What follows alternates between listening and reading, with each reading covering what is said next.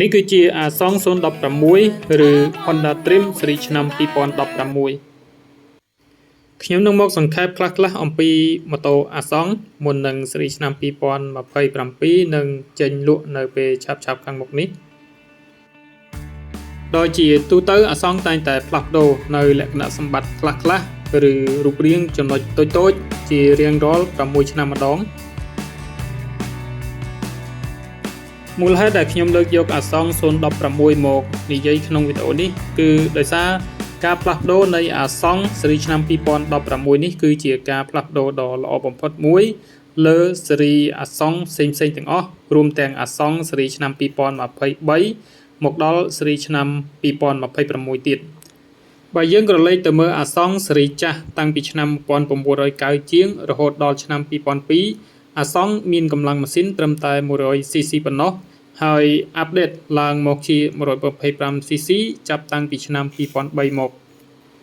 ទម្រង់នៃផ្ទៃខាងមុខវាត្រូវបានផ្លាស់ប្ដូរមកយ៉ាងល្អដោយមានភាពខុសគ្នាស្រឡះពីស៊េរីឆ្នាំ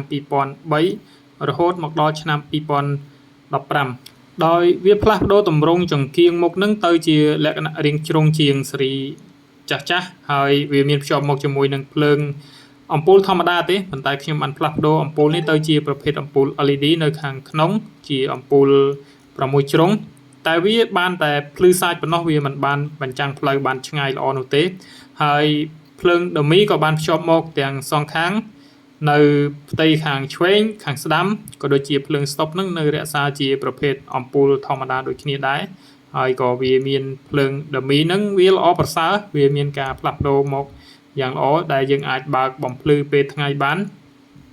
វាប្រៀបដូចទៅនឹងភ្លើង daytime running light អញ្ចឹងគ្រាន់តែវាអាចបិទបើកបានមិនដូចជាម៉ូតូស៊េរីទំនើបនាពេលបច្ចុប្បន្នវាអត់អាចបិទបើកបាននោះទេក្រឡេកទៅមើលផ្លាកកនៃផ្ទៃខាងមុខនៅក្រោមជង្គៀងមុខហ្នឹងគឺវាមានភាពតាក់ទាញវាមើលទៅស្រស់ស្អាតដែលវាបំពាក់មកជាមួយនឹង logo ពណ៌ប្រាក់រំលេចជាមួយនឹងពណ៌ទឹកប៊ិចហើយក៏មាន logo Honda នៅចំណុចកណ្ដាលមើលទៅវាស្រស់ស្អាតនៅស៊េរីឆ្នាំ2016ឬស៊េរីផ្សេងៗនៅកំឡុងឆ្នាំនោះគឺស្អាតទាំង16 17ហើយស្កូតនេះគឺខ្ញុំបិទពណ៌ទឹកប្រាក់ដោយខ្លួនឯងទេហើយនៅខាងឆ្វេងនេះវិញតែមនៃអាសង្ស016វាមើលទៅស្រស់ស្អាតដោយវាមានពណ៌សហើយនិងពណ៌ទឹកប៊ិចរំលេចជាមួយនឹងតែម trim នៅត្រង់ចំណុចកណ្ដាលពណ៌ក្រហមមើលទៅវាមានភាពស្រស់ស្អាតមិនដូចជាស៊េរីបច្ចុប្បន្ននេះទេមួយណាក៏ពណ៌លឿងមួយណាក៏ពណ៌មាសមើលទៅវាសាំភ្នែកមែនទែនតាំងពីឆ្នាំ2018រហូតដល់ឆ្នាំ2026ដាក់សុទ្ធតែពណ៌លឿងពណ៌មាសទាំងអស់បាទហើយ sticker ពណ៌លឿងឬក៏ពណ៌ក្រហមដែលនៅខាងឆ្វេងក៏មានខាងស្ដាំក៏មាននេះគឺខ្ញុំបិទលេងទេនៅខាងលើ NCX នេះក៏ដូចគ្នាពណ៌សនេះគឺខ្ញុំបិទលេងទេបាទ logo NCX ស៊េរីចាស់ក៏ស្រស់ស្អាតដែរវាមានពណ៌ប្រាក់យើងមើលទៅផ្ទៃខាងលើវិញចំពោះកញ្ចក់ខ្ញុំមិនលើកឡើងទេដោយសារគ្រប់ស៊េរីទាំងអស់កញ្ចក់គឺមានតែមួយបែបនេះទេបាទផ្ទៃកុងទ័រវាមានការផ្លាស់ប្ដូរពីស៊េរីផ្សេងៗតាំងពីឆ្នាំ2003មកហ្នឹងគឺផ្លាស់ប្ដូរតែបន្តិចទេតែទម្រង់វាដូចតែគ្នាទេបាទវាបង្ហាញលក្ខណៈកុងទ័រសាំងហ្នឹងជាត្រនិចដូចជានាឡិកាហើយក៏ដូចជាកុងទ័រលបឿនក៏បង្ហាញជាលក្ខណៈត្រនិចដែរនៅផ្ទៃខាងលើវាតម្រៀបជួរគ្នាបង្ហាញនៅសញ្ញាចង្កឹះលេខក៏ដូចជាភ្លើងហ្វាហើយនិងសញ្ញា stop ឆ្វេងស្ដាំវាមានលក្ខណៈសាមញ្ញ classic ដូចទៅនឹងស៊េរីទូទៅគ្រាន់តែវាមានការផ្លាស់ប្ដូរពណ៌ឬទម្រង់តិចតួចប៉ុណ្ណោះនៅស៊េរីឆ្នាំនីមួយៗអាសង្សស៊េរីក្រោយស៊េរីឆ្នាំ2027បើសិនជាអាចគួរតែមានកុងតាក់មួយទៀតបាទគឺកុងតាក់ off run វាអាចបើកនៅពេលដែលមានអាសន្នបន្ទាន់អ្វីមួយហើយនៅខាងក្រោមនេះវាមានកុងតាក់បិទបើកភ្លើងដែលយើងអាចបើកភ្លើងមុខឬក៏បើក daytime running light នឹងចោលហើយយើងមិនចង់បើកក៏បានដែរនៅខាងឆ្វេងវិញកុងតាក់វាសាមញ្ញធម្មតាទេគ្រាន់តែទម្រង់វានឹងវាខុសប្លែកពីស៊េរីឆ្នាំ2003រហូតមកដល់ឆ្នាំ2015 logo Honda នៅផ្ទៃខាងលើនេះវាគួរតែដាក់ចូលទៅខាងក្នុងដោយសារនៅខាងក្រៅហ្នឹងវាមិនសូវជាសុវត្ថិភាពទេគឺគេអាចឆ្កឹះយកបានដោយសារវាអត់មានអីគ្របដើម្បីជាការការពារនោះទេហើយបើយើងទៅមើលសោនៅខាងក្រោមនេះវិញគឺវាមានលក្ខណៈជាប្រភេទសោ2តង់ដែលយើងអាចកាច់ឡុកកបាន1តង់ហើយយើងអាចចាក់ មួយតង់ខាងក្រៅបន្ថែមមួយទៀតចំពោះប្រឡោះក៏អាវសងខាងនេះវាស្រឡះទូលាយបើសេរីផ្សេងៗនៅពេលបច្ចុប្បន្ននេះសេរីម៉ូតូដូចជា Wave ឬក៏ Yamaha Fin ហើយនិងម៉ូតូអូតូដទៃទៀតគឺគេមានថតសម្រាប់ដាក់របស់ហើយក៏ដូចជាឆ្នាំងសាកទូរស័ព្ទដែលគេភ្ជាប់មកជាមួយអាសង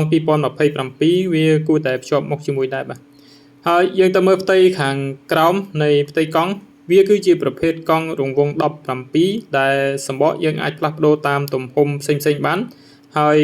ជាទូទៅគេដាក់ទំហំសម្បកមុខនឹងតូចជាងទំហំនៃសម្បកក្រោយបាទបើរង្វង់កង់វាគឺប៉ុនគ្នាទេក្រឡេកមកមើលប្រព័ន្ធសុវត្ថិភាពមួយទៀតគឺប្រព័ន្ធប្រាំងបាទអាសងពិតជារិះមែនតើបាទភ្ជាប់មកជាមួយនឹងប្រាំងស្បែកហ្នឹងជារៀងរាល់ឆ្នាំតាំងពីសេរីចាស់មកដល់សេរីឆ្នាំ2026ហើយនៅតែភ្ជាប់មកជាមួយនឹងប្រព័ន្ធប្រាំងបែបស្បែកឬក៏ drum brake តែវាសុវត្ថិភាពហ្នឹងវាតិចជាងសេរីប្រាំងបែប disc brake ម៉ូតូទូទៅផ្សេងៗគេភ្ជាប់មកជាមួយនឹង disc brake អស់ហើយនៅតែអាសងទេនៅតែរក្សាប្រភេទប្រាំងនេះមកជាមួយជានិច្ចបាទអាសងសេរីឆ្នាំ2027បើសិនជាអាចបត់គួរតែផ្ដល់នៅប្រព័ន្ធប្រាំងបែប disc brake នៅខាងមុខមកបើទោះបីជាមិនបានខាងមុខក្រោយក៏ដោយសុំតែខាងមុខមួយទេបាទហើយយើងមកមើលម៉ាស៊ីនវិញកម្លាំងម៉ាស៊ីនអាសងវា 125cc ប៉ុន្តែមុននឹងឡើងមក 125cc ហ្នឹងវាធ្លាប់ជាអាសង 110cc នៅឆ្នាំ9ជាងរហូតមកដល់ឆ្នាំ2002ហើយ2003ក៏អាប់ឡើងមកជាម៉ាស៊ីនកម្លាំង 125cc មកដល់បច្ចុប្បន្ននេះប៉ុន្តែបច្ចុប្បន្ននេះគឺអាសងវាមានភាពខុសគ្នាត្រង់ថាតាំងពីឆ្នាំ2003រហូតមកដល់ឆ្នាំ2022គឺវាប្រើម៉ាស៊ីនបែប Ben ហើយបច្ចុប្បន្ននេះសេរីឆ្នាំ2023ដល់26វាប្រើប្រព័ន្ធស៊ីសាំងដោយប្រព័ន្ធ Bix ប៉ុន្តែហាក់បីដូចជាមិនល្អប្រសើរជាងសេរីប្រើ Ben ទេបាទដោយសារវាមានបញ្ហាជាច្រើនដែលអ្នកប្រើប្រាស់គាត់ជួបបាទហើយអាសងវាល្អវាដាក់ Marvin មកទាំងគ្រប់ចំនួនទាំងអស់បាទម៉ូតូខ្លះឡើងដល់សេរីនេះហើយដក Marvin ចេញបាត់ហើយយើងមកមើលតែមនៅខាងនេះបាទតែមវាសេរីចាស់ហ្នឹងគឺតែមវាមានការផ្លាស់ប្ដូរស្អាតមែនទែនដែលវាមានភាពតាក់ទាញតាមឆ្នាំនីមួយៗហ្នឹងគួរសមបាទហើយតែម125cc ក៏ដូចជាតែមផ្សេងដែលនៅចំហៀងសងខាងហ្នឹងវាមានភាពខុសគ្នាទៅតាមឆ្នាំនីមួយៗខុសពីឆ្នាំ18ដល់26នេះគឺសុទ្ធតែលឿងមាសទាំងអស់បាទហើយតែមច្រើនហ្នឹងគឺខ្ញុំបិទខ្លួនឯងទេបាទនៅចំហៀងខាងក្រោមនៃតែមអាសងហ្នឹងខ្ញុំទិញមកផ្ទាំងដូចជា10000រៀលហើយក៏យកមកបិទបតេបតាពេញហ្នឹងទៅបាទតាមអារម្មណ៍បាទហើយយើងមកមើលផ្ទៃខាងក្រោយនេះបាទស៊ីម៉ាំងវាជាទូទៅស៊ីម៉ាំងអាសងវាដូចតែគ្នាទេវាបដូរតែអាកបាំងខាងក្រៅនេះទេវាដូរនៅ logo trim នេះវាមានលក្ខណៈខុសគ្នាបន្តិចបាទហើយចំពោះប្រព័ន្ធបូមវិញគឺវាដូចគ្នាជារៀងរាល់ឆ្នាំវាអាចកាច់ទៅដាក់មួយក៏បានឬក៏កាច់ទៅដាក់សម្រាប់ដឹកធ្ងន់មានបង្ហាញរូប2នាក់ក៏បានប៉ុន្តែបូមនេះវាមិនសូវជាស្រួលជិះប្រហែលទេដោយសារវារឹងពេកបាទនៅពេលដែលយើងជិះម្នាក់ឯងអីហ្នឹងវាបោកឬខ្លាំងបាទហើយបើសិនជាអាចប្រព័ន្ធបូមនេះគួរតែមានការផ្លាស់ប្ដូរបាទអ្នកដែលគាត់ជិះនាពេលបច្ចុប្បន្ននេះភាគច្រើនអ្នកដែលគាត់យល់ពីអារម្មណ៍អ្នកជិះគឺគាត់បដូរមកប្រើនៅបូមផ្សេងហើយដែលវាមានលក្ខណៈទន់ជាងបូមស៊ីនបាទបូមស៊ីននេះគឺវារឹងមែនតើបាទយើងមកមើលនៅផ្ទៃខាងក្រោយបាទនៅកន្ទុយខាងក្រោយនេះត្រង់ចំណុចភ្លើង stop ហើយនិងភ្លើងប្រាំងខាងក្រោយនេះវាហាក់បីដូចជាមិនមានភាពហាប់ណែនទេការផលិតចាប់តាំងពីឆ្នាំ2016មកដល់ឆ្នាំថ្មីនេះវាមានចន្លោះធំពេកបាទស្ទើរតែញុកម្រាមដៃនឹងចូលទៅបានហើយខុសពីសេរីឆ្នាំ2003ហើយមកដល់ឆ្នាំ2015វាមានភាពហាប់ណែនជាងបាទហើយទម្រង់នៃផ្ទៃខាងក្រោយចាប់តាំងពីឆ្នាំ2016មកដល់បច្ចុប្បន្ននេះវាមានការផ្លាស់ប្ដូរខុសគ្នាតិចតួចវាមើលទៅស្តៀងគ្នាបើទោះបីជាមានការផ្លាស់ប្ដូរក៏ដោយហើយចំណុចសំខាន់មួយទៀតបាទចំពោះអ្នកដែលស្រឡាញ់ចូលចិត្តនៅម៉ូតូបាទកុំភ្លេចដាក់នៅស៊ុំការពារផ្លាកលេខនេះផងបើសិនជាយើងដាក់ផ្លាកលេខស៊ីនហ្នឹងវាទន់មែនទែននៅពេលដែលមានការប៉ះតិចតួចសម្បីតែដើរប៉ះហ្នឹងក៏វាវីកដែរហើយក្របកឹបយើងគួរតែប្រើ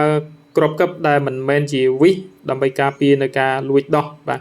បើយើងប្រើក្របកឹបបែបនេះគឺពិបាកដោះបាទហើយបើសិនជាចង់ដោះក៏ពិបាកតើតែប្រើ motor ស្វានអីចឹងទៅវាសុវត្ថិភាពជាងយើងប្រើវិសបាទហើយនៅផ្ទៃខាងឆ្វេងនេះបាទចំណុចល្អគឺអាសង្ឃបានភ្ជាប់នៅគម្របច្រវាក់ដែលវាជួយដល់យើងដែរក្នុងការសន្សំសំចៃในការផ្លាស់ប្ដូរច្រវាក់ញ៉ុងនៅពេលដែលយើងប្រើគម្របកបាំងច្រវាក់បែបនេះគឺវាជួយដល់ច្រវាក់យើងនឹងប្រើប្រាស់បានយូរហើយញ៉ុងក៏បានយូរដែរវាមិនងាយអស់វាមិនងាយខូចបាទច្រវាក់យើងប្រើប្រាស់បានយូរខុសពីម៉ូតូខ្លះបើសិនជាមិនមានគម្របច្រវាក់បែបនេះទេគឺវាឆាប់អស់មែនទែនញ៉ុងហើយនឹងច្រវាក់ហ្នឹងវាឆាប់ខូចបាទវាឆាប់ស្ងួតបើសម្រាប់ឈ្នន់ជន់នេះវិញបាទគឺខ្ញុំដាក់ឈ្នន់លេងទេដោយសារឈ្នន់ស៊ីនហ្នឹងវាធំពេកហើយវាដាក់ជ័រខ្មៅមើលទៅវាបើសិនជាមិនស្រឡាញ់ដូចខ្ញុំមើលទៅវាយល់ថាអត់ស្អាតតែនៅពេលដែលខ្ញុំដូរមកដាក់ឈ្នន់អាលុយមីញ៉ុមបែបនេះគឺឈ្នន់លេងបាទគឺមើលទៅវាសមទៅនឹងម៉ូតូបាទវាដោយសារវាមានពណ៌ស្រដៀងគ្នាបាទស្រដៀងគ្នាទៅនឹងពណ៌ឈ្នន់ជន់នឹងស្រាប់បាទដូច្នេះខ្ញុំក៏បានបដូរមកប្រើឈ្នន់បែបនេះវិញមកមើលផ្ទៃចំហៀងវិញបាទចំពោះផ្ទៃតែមនៅស៊េរីឆ្នាំចាស់ហ្នឹងស៊េរីឆ្នាំ2016 17ហ្នឹងឃើញថាវាស្រស់ស្អាតហើយតែមដែលខ្ញុំបិទបន្ថែមនេះគ្រាន់តែជាការទិញមកបិទទេបាទហើយមួយផ្ទាំងហ្នឹងវាមានច្រើនតែមបាទហើយខ្ញុំទិញយកមកបិទអស់ 120,000 អីហ្នឹងបិទបានជុំវិញម៉ូតូហើយបាទអាស្រ័យទៅលើអ្នកដែលស្រឡាញ់ទេបាទមិនស្រឡាញ់មើលទៅដូចជាចង្អៀតពេកប៉ុន្តែខ្ញុំចេះតែបិទលេងទៅបាទហើយមួយទៀតចំណុចល្អរបស់អាសង្ឃចង្កឹះលេខវាគឺជាចង្កឹះលេខតែបញ្ចូលស្រួលជាងគេបំផុតហើយគ្រប់ស៊េរីម៉ូតូទាំងអស់มันមានម៉ូតូណាដែលបញ្ចូលលេខទៅលឺព្រោះដូចអាសង្ឃទេបាទសរុបមកអាសង្ឃស៊េរីចាស់ដូចជាស៊េរីប្រើបេនតាំងពីឆ្នាំ2003មកដល់ឆ្នាំ